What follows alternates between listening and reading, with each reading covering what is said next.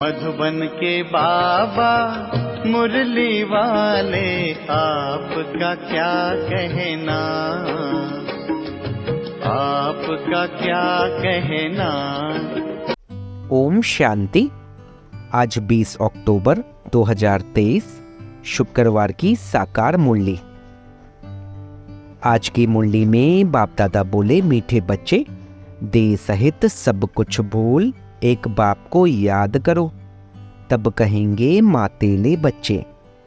इस पुरानी दुनिया से अब तुम्हारी बुद्धि हट जानी चाहिए। बाबा क्या बोले बच्चों से? बाबा बोले, मीठे बच्चे, देह सहित सब कुछ भूल एक बाप को याद करो, तब कहेंगे मातेले बच्चे। इस पुरानी दुनिया से अब तुम्हारी बुद्धि हट जानी चाहिए। प्रश्न: बाप का ज्ञान किन बच्चों की बुद्धि में सहज ही बैठ जाता है? उत्तर है, जो गरीब बच्चे हैं, जिनका मोह नष्ट है और बुद्धि विशाल है, उनकी बुद्धि में सारा ज्ञान सहज बैठ जाता है। बाकी जिनकी बुद्धि में रहता हमारा धन, हमारा पति, वह ज्ञान को धारण कर उच्च पद पा नहीं सकते। बाप का बनने के बाद भी लौकिक संबंधों को याद करना माना कच्ची सगाई है, उन्हें सौतेले कहा जाता है। गीत: मरना तेरी गली में, जीना तेरी गली में। ओम शांति। मीठे मीठे बच्चों ने गीत का अर्थ तो आपे ही समझा होगा। अब जीते जी आकर के बाप का बनना है, और पुरानी दुनिया जिसको रौरव नर्क कहा जाता है, उनको भूलना भी है और छोड़ना भी है ना। रौरव नर्क को भूल फिर स्वर्ग को याद करना है। अपने को आत्मा समझ अपने बाप को याद करना है। पुरानी दुनिया बुद्धि से हट जानी चाहिए, उनके लिए पुरुषार्थ चाहिए। यह है जन्म जन्मांतर का कर्म बंधन, एक जन्म का नहीं, जन्म जन्मांतर का कर्म बंधन है। कितने पाप किस किस के साथ किए हैं, वह सब जन्म ले भोगने पड़ते हैं। तो इस कर्म बंधन की दुनिया को भूल जाना है। यह छीछी दुनिया है, पतित शरीर है ना, इससे मोह मिटाना है। गरीबों का मोह सहज मिट जाता है, साहूकारों का मुश्किल मिटता है। वह समझते हैं हम स्वर्ग में सुखी बैठे हैं, गरीब दुखी हैं। यूं तो सारा भारत गरीब है, फिर उनमें भी जो गरीब हैं वह झट उठाते हैं, उन्हों के लिए ही बाप आते हैं। गरीबों को जास्ती वर्षा मिलता है। सब सेंटर्स में देखो, साहूकार कोई मुश्किल ठहर सकते हैं। स्त्रियां भी गरीब घरों की ही आती हैं। धनवान को तो पति से सुख मिलता है, इसलिए उनसे बुद्धि योग टूट नहीं सकता। गरीब ही अक्सर करके ज्ञान लेते हैं। बाप है ही गरीब निवास, जिस बाप को सब याद करते हैं, परंतु ड्रामा अनुसार भक्त भगवान को जानते नहीं हैं। भगवान तो है ही भक्तों का रक्षक, भक्ति का फल देने वाला, सद्गति दाता एक बाप है। तुम बच्चे बाप द्वारा अभी ज्ञान की बातें सुन रहे हो। यह ज्ञान उन्हीं बच्चों की बुद्धि में बैठता है जिनकी बुद्धि विशाल है, मोह नष्ट है।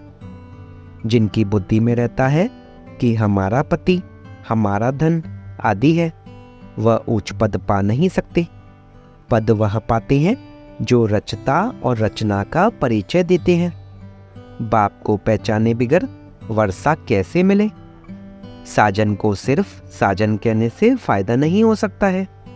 जाने पहचाने बिगर साजन से सगाई कैसे हो सकती है? कन्या की सगाई होती है तो उनको चित्र आदि दिखाते हैं, फलाने का बच्चा है, यह ऑक्यूपेशन है।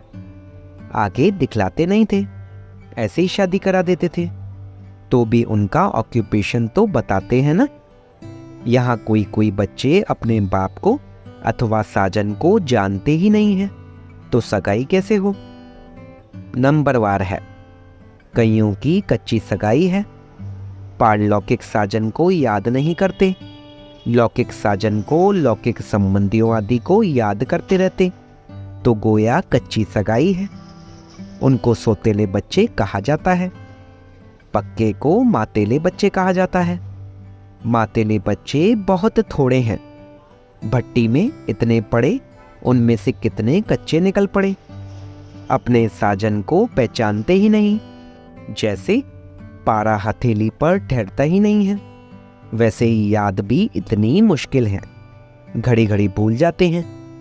25-30 वर्ष वाले भी पूरा याद नहीं कर सकते हैं। तुम जानते हो, पारलौकिक साजन स्वर्ग के 21 जन्म लिए महारानी महाराजा बनाने वाला है। सृष्टि के आदि मध्य अंत को जानने वाला है। सजनियों को इतना समझाते हैं तो भी बुद्धि में बैठता नहीं है। बुद्धि पुरानी दुनिया के बंधनों में भटकती रहती है। समझते नहीं है कि मैं बंधन में हूं। संबंध तो चाहिए एक का, बाकी सब है बंधन। बच्चों को समझाया जाता है एक से संबंध रखो। वह तुमको सृष्टि के आदि मध्य अंत की शिक्षा देते हैं। तुम जानते हो, आधा कल्प है ज्ञान कांड, आधा कल्प है भक्ति कांड। ज्ञान कांड में तो 21 जन्मों का वर्षा मिलता है। वहां है सतो प्रधान, फिर सतो प्रधान से नीचे सतो में, फिर सतो से गिरकर रजो में आना है। जब सतो पूरा होता तो ज्ञान कांड पूरा हो जाता है। द्वापर से भक्ति शुरू होती है। वह भी पहले सतो प्रधान भक्ति होती है, फिर भक्ति भी सतो रजो तमो में आती है। व्यभिचारी होने से भक्ति फिर गिरती जाती है। अब यह जानना और किसको समझाना तो बहुत सहज है। तुम बच्चों को रौरव नर्क से संबंध तोड़ एक से रखना चाहिए। एक बाप से संबंध रखने की प्रैक्टिस करो। बाप को याद करने से ही विकर्म विनाश होंगे। गरीब अच्छी मेहनत करते हैं तो बलिहारी गरीबों की है। बाप भी गरीबों पर बलिहार जाते हैं। शुरुआत में कितने गोप थे, कितनी माताएं थी, कितने खत्म हो गए, बाकी थोड़े रहे हैं। माताएं भी थोड़ी रही। हाँ, कोई कोई साहूकार घर की भी रह गई, जैसे क्वीन मदर, देवी आदि। अब तुम्हें मूल बात समझानी है कि जिस भगवान को सब याद करते हैं उसका परिचय क्या है। पतित पावन बाप जो राजयोग सिखलाकर नर से नारायण बनाते हैं, उनको नहीं जानेंगे तो तुम पाप करते रहेंगे, बाप को गाली देते रहेंगे। सम्मेलन तो बहुत होते रहते हैं, वहां पर समझाने वाले बड़े तीखे चाहिए।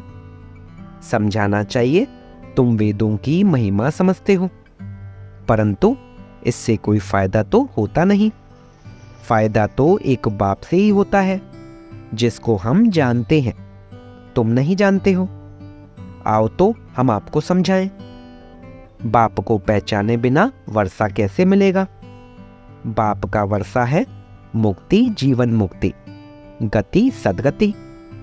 यह अक्षर सुनाते ही बाप है। तुम बच्चों को याद रखना चाहिए और कोई चीज से फायदा नहीं। बाप को और रचना के आदि मध्य अंत को जानना है। इसमें भी आधा कल्प है भक्ति कांड, आधा कल्प है सदगति ज्ञान कांड। भले सम्मेलन करते हैं परंतु खुद ही मूंझे हुए हैं, समझते कुछ भी नहीं। तुम्हें सबको बाप का परिचय देना है। जब बहुतों को परिचय मिल जाएगा तब कहेंगे कमाल है। यह तो सारे सृष्टि के आदि मध्य अंत का राज चित्रों सहित बतलाते हैं। माताओं को बड़ा नशा रहना चाहिए। पुरुष मदद करने के लिए तैयार है, डायरेक्शन बाप देते हैं। करना कन्याओं माताओं को है। आजकल कन्याओं माताओं की महिमा जास्ती है। गवर्नर, प्राइम मिनिस्टर भी माताएं बनती हैं। एक तरफ है वह माताएं, एक तरफ हो तुम पांडवों की माताएं। उन्हों की उछल जास्ती है क्योंकि उनका राज्य है। तुमको तो 3 पैर पृथ्वी के भी नहीं मिलते हैं। बाप तुम बच्चों को अनेक राज समझाते रहते हैं।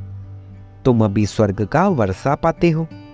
साजन तुमको श्रृंगारते हैं, महारानी बना देते हैं। ऐसे साजन से बुद्धि योग न रखना यह तो बड़ी भारी भूल है। बच्चों को समझाते तो बहुत है, तुम सिर्फ ज्ञान और भक्ति का कॉन्ट्रास्ट बताओ। भारत में ही गाया हुआ है, दुख में सिमरन सब करे, सुख में करे न कोई। सुख में क्यों याद करेंगे? अभी वह नई दुनिया स्थापन हो रही है, परंतु सुख का वर्षा भी पूरा लेना चाहिए। माता पिता जानते हैं हर एक कितना लायक है। मौत जब नजदीक आएगी तो बताएंगे, तुमने पुरुषार्थ पूरा नहीं किया है, तब तुम्हारा ऐसा हाल हुआ है। वह भी बताएंगे कि तुम किस किस्म की प्रजा में आएंगे, किस किस्म के नौकर चाकर बनेंगे, सब बताएंगे। अच्छा, कई बच्चे समझते हैं आज हमने मुरली बहुत अच्छी चलाई, परंतु नहीं, यह तो शिव बाबा आकर मदद करते हैं। अपना अहंकार नहीं होना चाहिए। तुमको तो बाप सिखलाते हैं जो तुम सुनाते हो। बाप ना होता तो तुम्हारी मुरली काहे की? मुरलीधर के बच्चों को मुरलीधर बनना चाहिए, नहीं तो ऊंच पद पा नहीं सकेंगे। भले कुछ ना कुछ फायदा हो जाता है। कोई सेंटर खोलते हैं तो बहुत आशीर्वाद मिलती है। इतना समय पढ़ाई की है तो आप ही सर्विस कर सेंटर जमाना चाहिए। खुद सीखते हैं तो क्या औरों को नहीं सिखला सकते? ब्रह्म कुमारी की मांगनी करते हैं तो बाबा समझ जाते हैं शायद खुद में इतना ज्ञान नहीं है। बाकी यहाँ आकर क्या करते हैं? बाबा तो समझाते हैं बादल आए रिफ्रेश होकर जाए, वर्षा बरसाए, नहीं तो पद कैसे पाएंगे? मम्मा पापा कहते हो तो गद्दी पकड़ कर दिखाओ। यह भी कोई को अहंकार नहीं आना चाहिए कि हमने दिया, तुम कुछ भी न दो। बाबा तुमको कौड़ी के बदले हीरा देने से भी छूट जाएगा। अच्छा, मीठे मीठे सिकिलदे बच्चों प्रति माता पिता बाप दादा का याद प्यार और गुड मॉर्निंग। रूहानी बाप की रूहानी बच्चों को नमस्ते।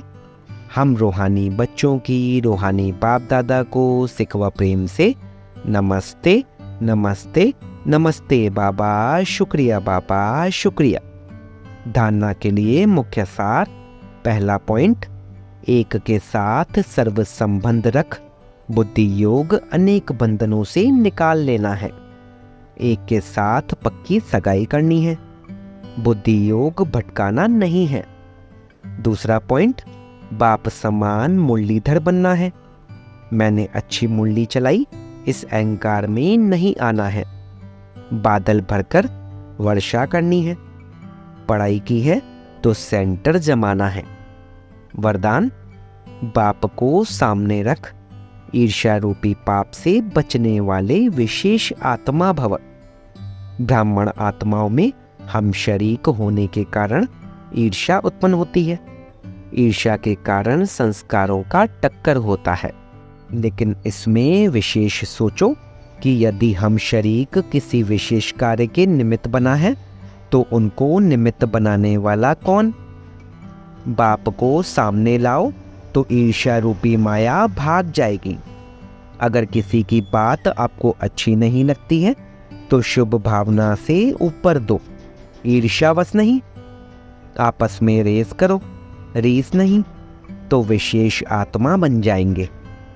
स्लोगन, बाप को अपना साथी बनाकर माया के खेल को साक्षी हो देखते चलो। बाप को अपना साथी बनाकर माया के खेल को साक्षी हो देखते चलो। आज की मुरली में मातेश्वरी जी के मधुर महावाक्य। अपना असली लक्ष्य क्या है? पहले पहले यह जानना जरूरी है कि अपना असली लक्ष्य क्या है। वो भी अच्छी तरह से बुद्धि में धारण करना है, तब ही पूर्णति से उस लक्ष्य में उपस्थित हो सकेंगे। अपना असली लक्ष्य है, मैं आत्मा उस परमात्मा की संतान हूँ, असल में कर्मातीत हूँ। फिर अपने आप को भूलने से कर्म बंधन में आ गई। अब फिर से वो याद आने से, इस ईश्वरीय योग में रहने से अपने किए हुए विकर्म विनाश कर रहे हैं। तो अपना लक्ष्य हुआ मैं आत्मा परमात्मा की संतान हूँ।